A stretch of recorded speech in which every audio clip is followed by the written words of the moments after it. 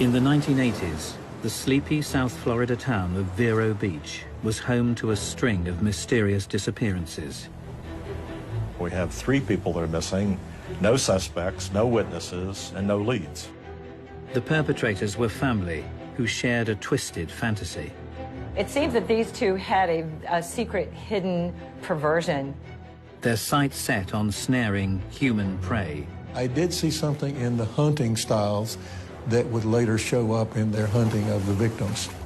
So what was motivating them to murder? If you believe evil spirits could get in people, there's certainly one in him. And were these killing cousins born to kill?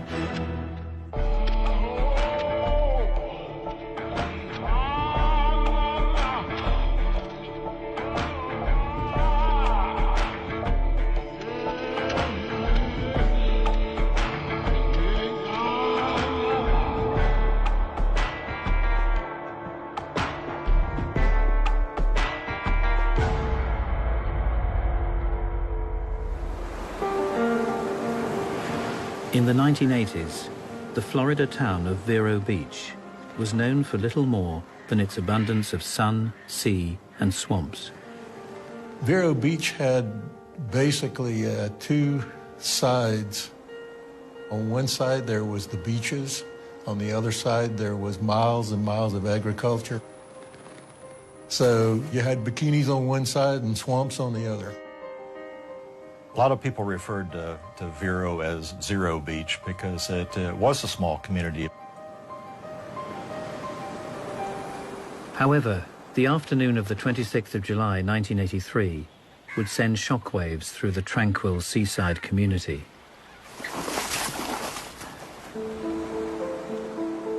Teenage friends Lynn Elliott and Reagan Martin were planning a day out.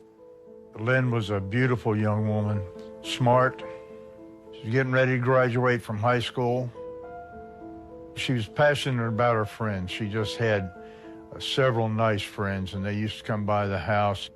Reagan was a new friend. They would have fun, and you could hear them laughing. We only lived 2 blocks from the beach, so they were over there almost every day.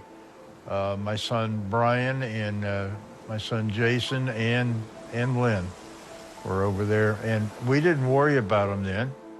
You let them go, they come back, tell them when to come back, and that's it.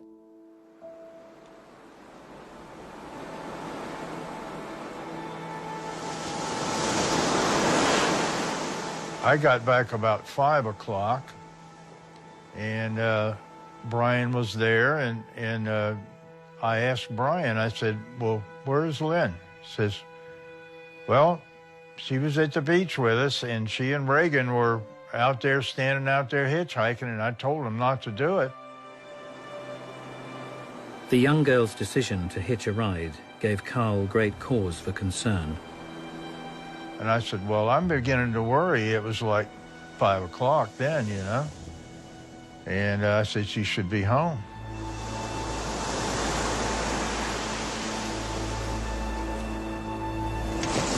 That same afternoon, a teenage boy was on his way home from a friend's house when he witnessed a disturbing scene. I heard this screaming, and this man was chasing this young girl, or lady. Then I saw him dragging her back towards the house, and I heard 2 shots. This sinister sighting would be the climax of a twisted tale that had begun in mysterious circumstances 2 years earlier. The Ling family had recently moved to Vero Beach, emigrating from their native Taiwan. Working in one of the many orange groves in the town, the father, Pu Ling, was befriended by Vero local Robert Lindsay. Pu Ling was just the kind of person that You couldn't help but like the daughter, whose name was Inghua, was just as sweet as she could be, and an honor student in math. But on the 19th of February 1981, 17-year-old Inghua and her mother, Shang Huang, suddenly disappeared from their home. We contacted everybody that knew Pulang, and we had 20, 30 people, just friends and family, out looking. But the problem was we really didn't know where to look. It was like a needle in a haystack. Detective Phil Redstone received a call alerting him to the troubling mystery.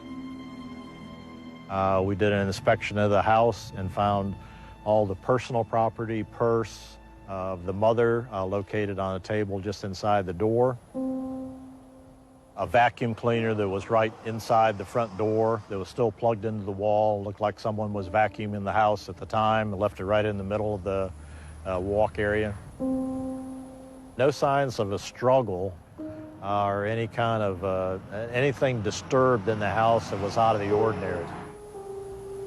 Frustratingly, Detective Redstone had very little evidence to work with. There wasn't another house within a mile of where they lived, so there was no witnesses at all that had seen anything. So as far as having any suspects, I mean, we were completely in the dark. Yet the Lings would not be the last women to vanish. The predator hunting women in Vero Beach had only just begun. In 1981, the disappearance of mother and daughter, Shang and Inghua Ling, would disturb the peace in the rural Florida town of Vero Beach. It really unnerved the community, and it just seemed unlikely that anything but foul play had happened. It gets frustrating as time goes by, and then you're having nothing to work on, and then you're kind of in the situation where, is this an isolated incident, or is something else going to happen? 6 months later, detectives' fears were realized as they faced another mystery. Judy K. Daly was a Fort Pierce resident who had grown up around here and had relocated out to California. So she was here visiting family. She had taken her 2 daughters to a nearby beach and dropped them off. It was real popular with teenagers. You know, it wasn't really a place that parents like to hang out. She went to a more secluded area of the beach to hang out by herself, and then she just disappeared.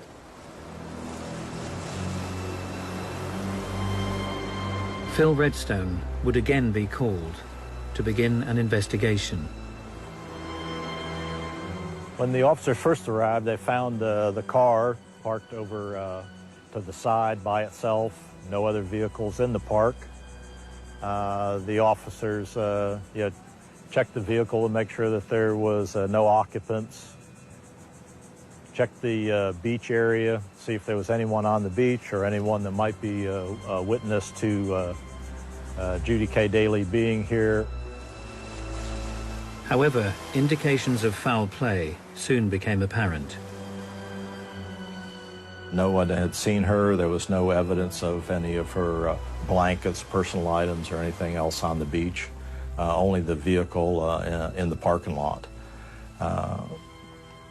We decided to take the vehicle into custody and impound the vehicle, and noticed when the vehicle had been altered to prevent it from being started. Working in the orange groves near the sites of both disappearances was David Gore, a 27-year-old local man who was watching the unfolding investigation with interest. David Gore was a native of the Vero Beach area. His parents, Alva and Velma, seemed to have a very normal childhood. He grew up with a sister. Father was a hard-working man, had a good reputation around town.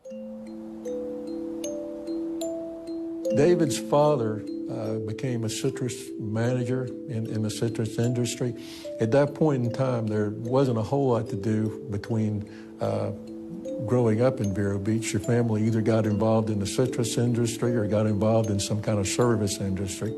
So David was quite familiar with the citrus groves and the swamps and the different areas of Vero Beach. While the Gore family were prominent members of the local community, their outward appearance disguised peculiar behaviors at home. His mother used to read the Bible to him all the time. Although it was strange how she did, she would set him on her lap when she had, only thing she had on were her panties and bra, and she would read the Bible to him. As he grew older, David would form a powerful bond with his cousin, Fred Waterfield. They were first cousins, but they were more like brothers. They hung around a lot. He looked to Fred as a mentor and kind of mimicked a lot of his behavior. Phil Williams recalls the days he spent with Gore at high school. David was always a real laid-back type of person. And during those days, we did a lot of hunting.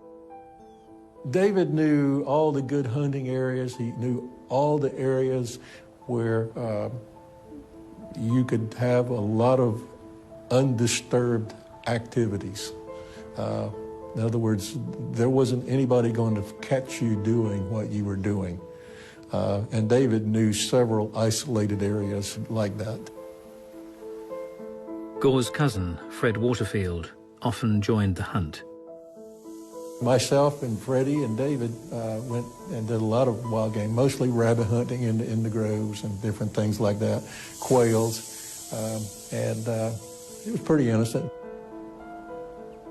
In high school, Waterfield was a leader, while Gore would typically follow. Freddie, it seemed like, was always planning something. Freddie liked to go and chase vehicles and throw grapefruits at the window and then have the owners turn around and chase them down. What he called it was fun. In order for Freddie to be having fun, the feelings of the other person weren't necessary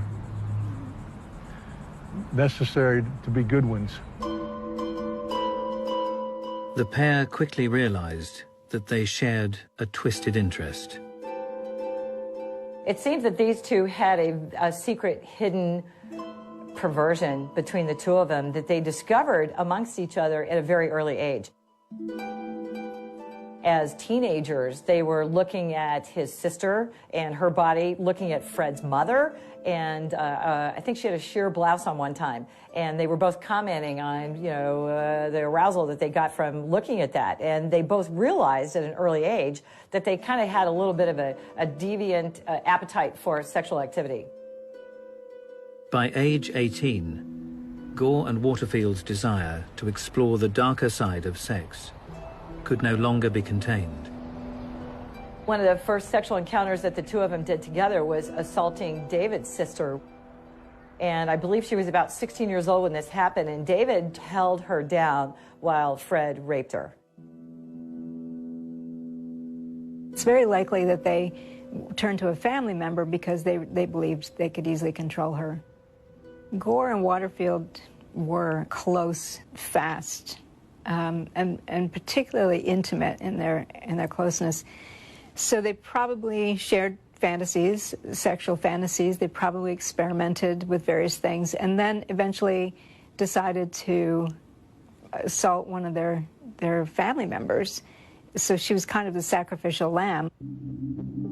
The pair would continue to delve deeper into the fantasies they shared, strengthening the sadistic bond they had built. In 1976, Angela Hamel claims she called on her mechanic, Fred Waterfield, to help her with some flat tires. Yet instead of taking her to his repair shop, she said he headed deep into the orange groves, where David Gore was lying in wait. David didn't really speak much. He just looked. He had this stare, like evil look, and creepy. They both looked at me and they started to laugh, but their eyes, it was kind of like they had an undisclosed power connection. That's when David said, okay, we're ready to do this now. And Fred just looked, and he was like getting worked up, like he enjoyed this. That's when Fred grabbed me, and he reached over into the glove compartment. That's for the first time when I saw a gun. Angela recalls that both Gore and Waterfield then repeatedly raped her. The next thing I felt was something cold on my body. It was a knife. David said, okay, we'll cut her up and feed her to the alligators. And that's when Fred looked, still was the gun in his hand, David was the knife, and David was totally confused. He acted like that part wasn't rehearsed or something. Angela claims she was ultimately driven home and sworn to secrecy. I guess there was a reason God didn't let me die, that I didn't get killed. You know, I'm grateful for it. I still don't know the reason, but I'm thankful, and I thank God every day. 5 years later, in 1981, 3 women would mysteriously go missing in Vero Beach. 4 months after the Lings had vanished, Auxiliary Sheriff's Deputy David Gore became a suspect in their disappearance after carrying out an unauthorized and highly suspicious traffic stop on an 18-year-old girl. He told her that there had been a robbery in the neighborhood and her car matched the description of a possible suspect. So he took her driver's license and asked her to follow him to a location so someone could identify her car. When you get down to this isolated road, there was a gentleman down there that was fishing. So he goes back to the girl in the car and said, I just got a radio call and they located the suspect and you're free to go. Based on the circumstances of him making a traffic stop, taking this girl into an isolated area, it would lead you to believe that he was trying to kidnap someone, take them from against their will. Gore was subsequently fired from the sheriff's department, but his former colleagues would continue to keep a keen eye on him. Now we're starting to look at him, you know, what is his involvement? We're starting to see him around and is starting to become more aware of his presence. As detectives worked to connect Gore with the cases of the missing women, his actions would continue to draw their attention. Marilyn Owens was parked here and was going to see her family physician. Went into the doctor's office, was returning to her car in the parking lot. And when she was walking up to the car, she noticed a head bop up from the back seat. At the same time, one of our deputies was also here at the same doctor's office. Marilyn Owens stopped our police officer and told her that there was someone hiding out in the back seat of her car. The officer found David Gore hiding in the back seat with his shirt off, had an alcoholic beverage in his hand. He also had a handgun, a police scanner, and also handcuffs with him in the back seat of the car. Charged with attempted kidnap and taken into custody, investigators now looked to link David Gore to the still unsolved Ling and Daly cases. We had obtained a warrant to take into possession his vehicle, and the forensic search of the vehicle revealed that there was some hair and fibers that were able to link to the Ling case. The evidence appeared damning, yet authorities believed it would not be enough to prove his involvement beyond all reasonable doubt. You're almost sure that he's the one that's responsible. And if you can't arrest him, you know this, it's just a matter of time till he does it again. If you don't have the evidence, You can't just make up a case and just arrest him on suspicion. You need to be able to tie it all together. Ultimately, Gore was convicted of trespass against Marilyn Owens and handed a 5-year sentence.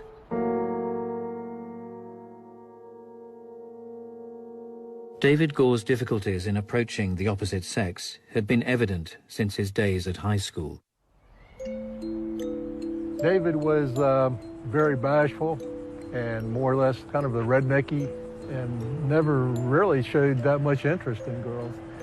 The one girlfriend that he did have actually at one point in time then decided that she would rather be with me, and started then dating me because she said that David was like a good friend and he had no inspiration to ever even try to kiss her or do anything along that line.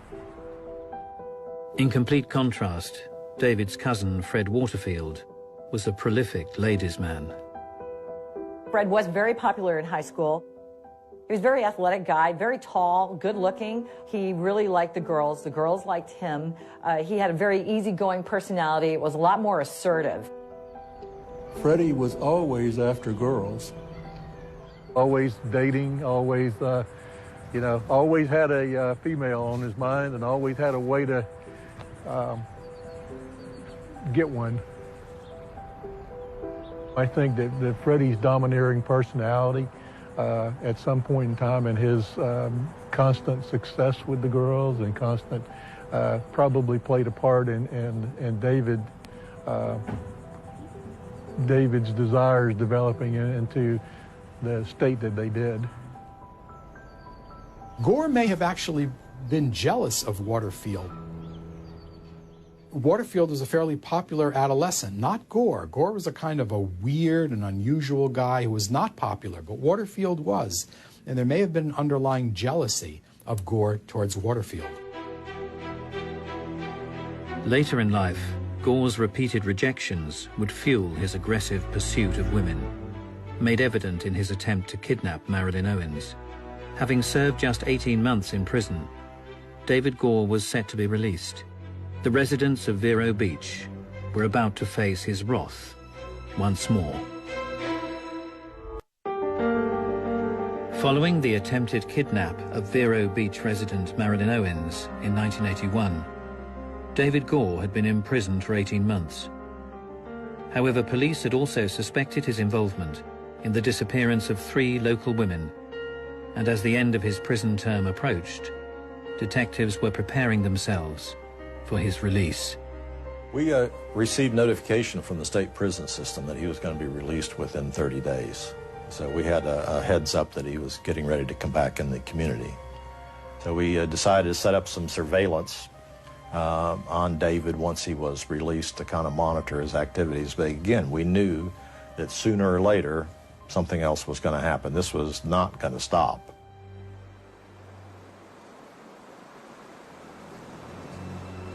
The afternoon of the 26th of July 1983, when Lynn Elliott and Reagan Martin failed to return home from the beach, Lynn's father grew increasingly worried.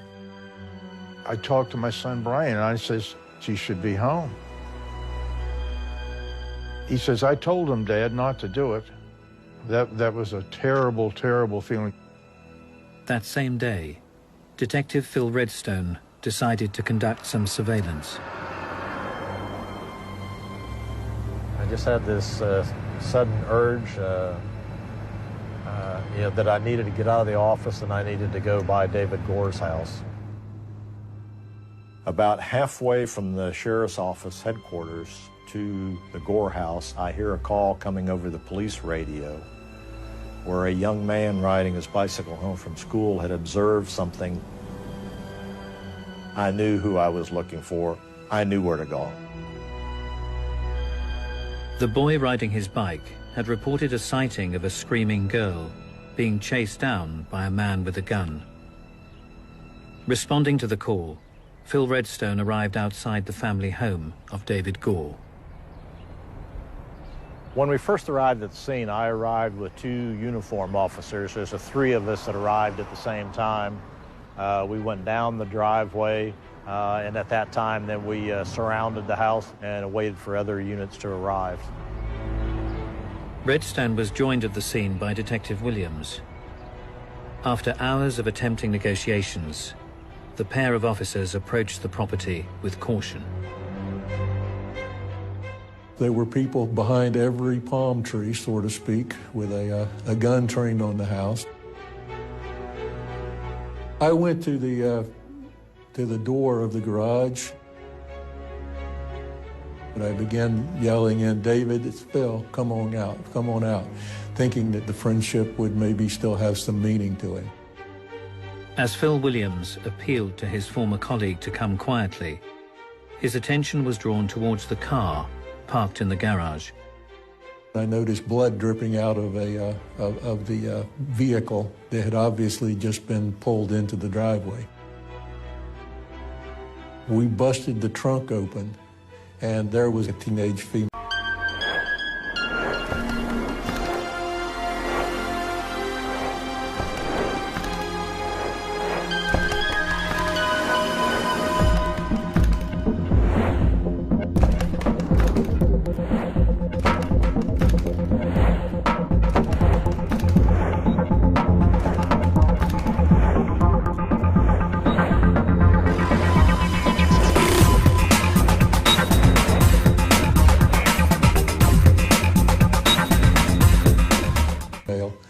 Shot and tied up in the trunk of the vehicle. The body was that of Lynn Elliott. You never forget seeing something like that. And shaking her and see if you can't get some life. You never forget that. Carl Elliott would soon learn the fate of his daughter, Lynn. I got a knock on the door, and it was a detective from the sheriff's department. And he had the bad news for me. Told me they had found her body in the trunk. And it was just unbelievable. How could this happen to my daughter? Especially in a small town like Vero Beach. We felt safe there. And now all of a sudden all that is gone.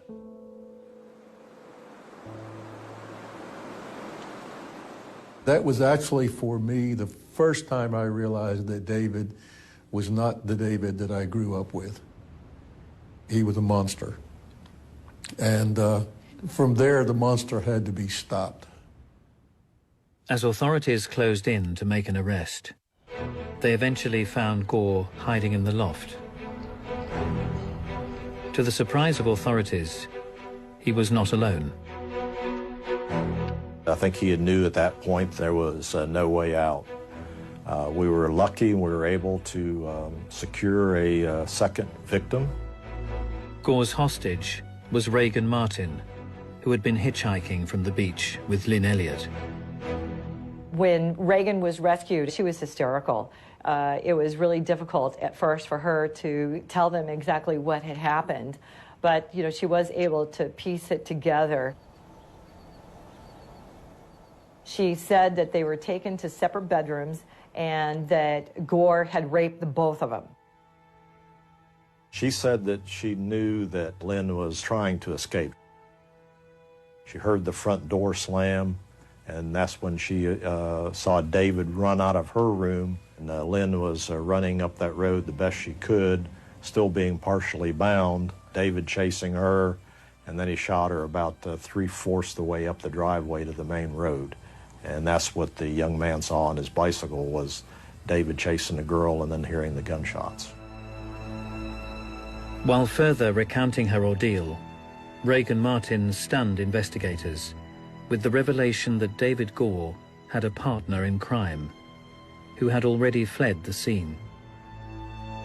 She told police officers that David Gore had someone else with him, and she identified Fred Waterfield as being the man that drove the vehicle that took him to the house and also escorted them into the house and put them in separate bedrooms. Fred Waterfield was found at his auto repair shop, just half a mile from the Gore house. Phil Williams recalls his former classmate's behavior as he brought him in for questioning. During that ride, Freddie was almost visibly shaking and very, very nervous. And he became as though he was not there with me. He was focused on something he was thinking about very strongly. And as a matter of fact, looking down the roadway, he said, if that son of a bitch gets me in trouble, I'll kill him. At the Sheriff's Department, Reagan Martin picked both Gore and Waterfield out of a lineup, identifying them as her attackers. Under questioning, David Gore would come forward with further admissions of guilt, confessing to the unsolved murders of the Lings and Judy K. Daly, of which he had long been suspected. The details of his entrapment of the Lings unmasked David Gore as a cold-blooded predator. He had been stalking the teenage girl for a couple of weeks. He did surveillance on the house and found out that she was home alone for probably about 45 minutes. What David didn't know was that her mother now was coming into town for a holiday. When he went to the house, he went and used his police badge. He had told the mother and the daughter that he needed to take them into questioning to the police department about something that happened in the neighborhood, and then he had handcuffed them and put them in his truck. They were taken to a shack out in the Grove area that he had access to. He called Fred Waterfield, told them they had 2 women here, and they had the activity they were looking for the weekend. Gore would also explain how he disabled Judy Daly's car and then lay in wait before making his move. When she got in her car wouldn't start up. David said he got in his vehicle, drove over, showed him his badge, and said, could he offer any assistance if her car was broke down? And he tried to start it, wouldn't start, so he offered her to give her a ride. And that's how he got her in the car. Then he pulls a gun on her, takes her out to the shack out in the Orange Groves west of town. This wasn't just snatching somebody. These were thought-through, planned abductions. Gore had a murder kit, brought it with him, and it shows the level of planning that was involved. These were not spontaneous, impulsive, spur-of-the-moment abductions and murders. They were done in a fairly sophisticated way. Gore claimed he was then joined by Waterfield while they carried out their crimes. Yet his apparent co-conspirator would strongly dispute the allegations. Fred Waterfield says that he was framed by David Gore, that he might have known about some of these things, but he never participated in the murders, and that David lied repeatedly to make him look like a perpetrator when, in fact, he was not. Shockingly, Gore went on to reveal 2 more slayings, claiming he and Waterfield had kidnapped and murdered teenage hitchhikers Barbara Byer and Angelica LaValle. At this point in time, police knew that they had a stone-cold serial killer on their hands, of the likes they had never seen in this region before. As the trial approached, David Gore took authorities to the Groves where he had worked, promising to lead them to the bodies of his victims. I had ridden out there with Phil Rudstone, so we were in a particular area, and he had one of those metal probes in the ground, and he was probing around, and he hit something solid. So he took a brush and just brushed the dirt away. Looking at us was a set of teeth. The remains were that of Barbara Byer. Over the following days, Gore would go on to disclose the gravesite locations of the other missing women. Initially in the Lings case, he said after they were murdered, he put them in 55-gallon drums, buried them. Judy K. Daly, he had dismembered her body, disposed again in another location in the Grove, part of her body.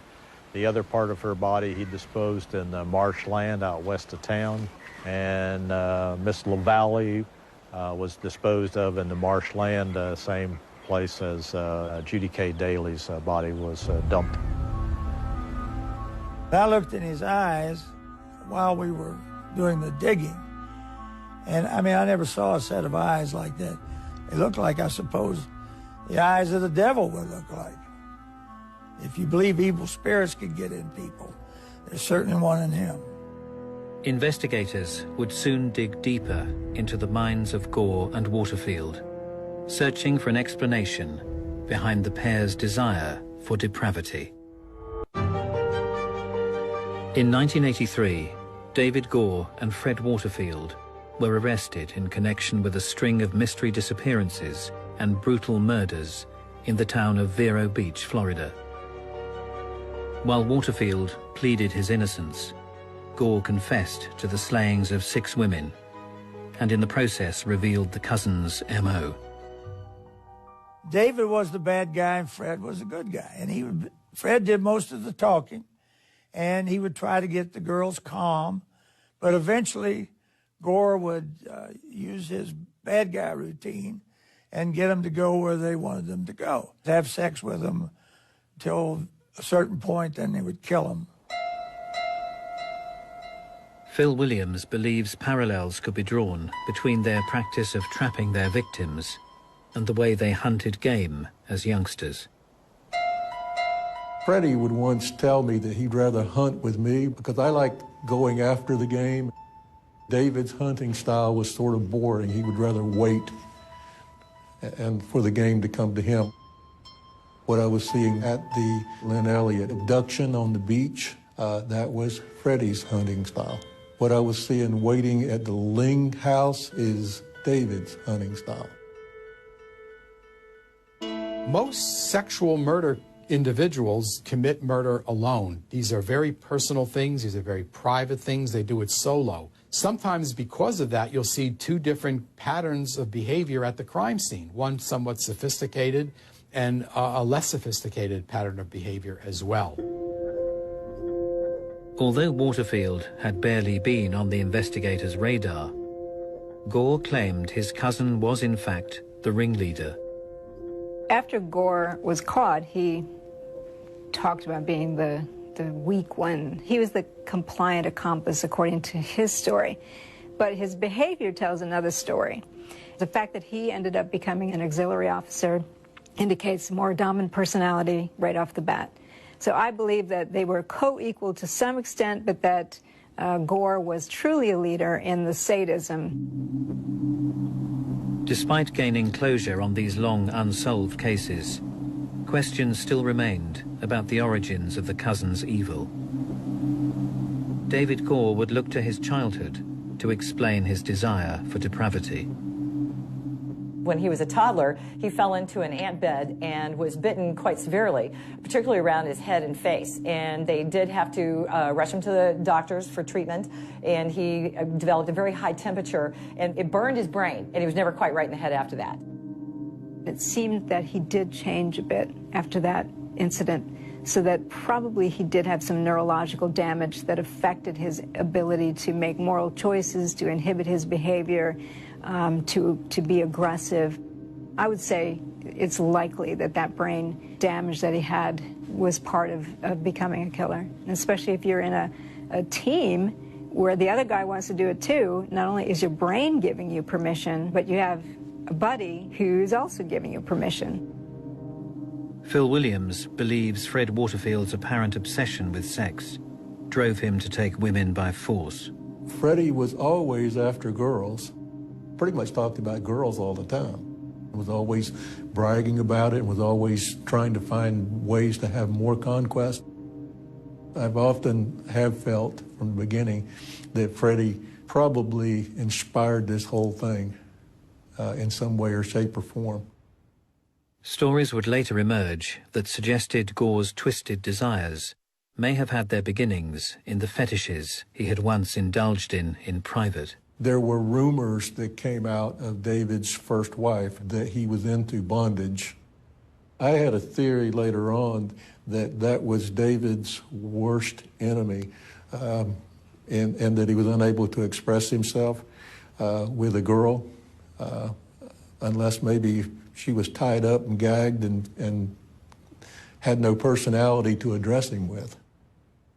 When combined, the fantasies of David Gore and Fred Waterfield would eventually prove to be the catalyst for their murder spree. If you have a couple of sadistic guys who hang out and get drunk, start talking about what they want to do to women, they probably made a pact that they were going to kind of live for each other, which is what it seemed like. That's a pretty volatile combination. So did David Gore and Fred Waterfield develop their taste in hunting human game? Or were they born with their murderous bond? In my opinion, I think this had happened over a long period of time, and the things we have in investigation, we have them involved in things going back 10 or 11 years before the time of that they were arrested in 1983, of being involved together. And again, the good guy and the bad guy, and the one would feed off the other. And they had the sexual fantasies that continued to progress and get worse as time went on. I think that Freddie was the stronger of the two personalities. I can't imagine David doing anything without having been inspired in some way by Freddie. I've always felt like that the two personalities together is what made up the elements necessary for those crimes to flourish and become fruitful. Gore was a born killer because I do think it was an environmental thing. I think he had brain damage, neurological damage, that probably influenced his aggression and inability to make moral decisions, as well as his association with a cousin with similar inclinations. Fred Waterfield was the stronger personality of the two of them, and I do believe that he had the ability to influence David Gore's behavior and to plant ideas in his head. And perhaps it was where Fred learned this behavior, or maybe it was his environment, and he had these dark thoughts, and he knew he had Gore there to escalate it and turn it from fantasy to reality. At trial, Fred Waterfield continued to plead his innocence. However, faced with a positive identification by Reagan Martin and supporting physical evidence, he was eventually found guilty of the manslaughter of Lynn Elliott and the murders of Barbara Bayer and Angelica Lavallee. He would receive multiple life sentences. David Gore was sentenced to receive the death penalty. After almost 3 decades on death row, he was executed in 2012. While I was watching him die, I said to myself, I condemn your soul to hell. And I kept saying that in my mind. And I hope that is where it went. Although Lynn Elliott's life was lost at the hands of David Gore, her father Carl believes her spirit lives on. She loved this beach area. I can even talk to her here, and it helps me. It just brings her back to me a little bit. Yeah. Yeah, we feel her presence here very much.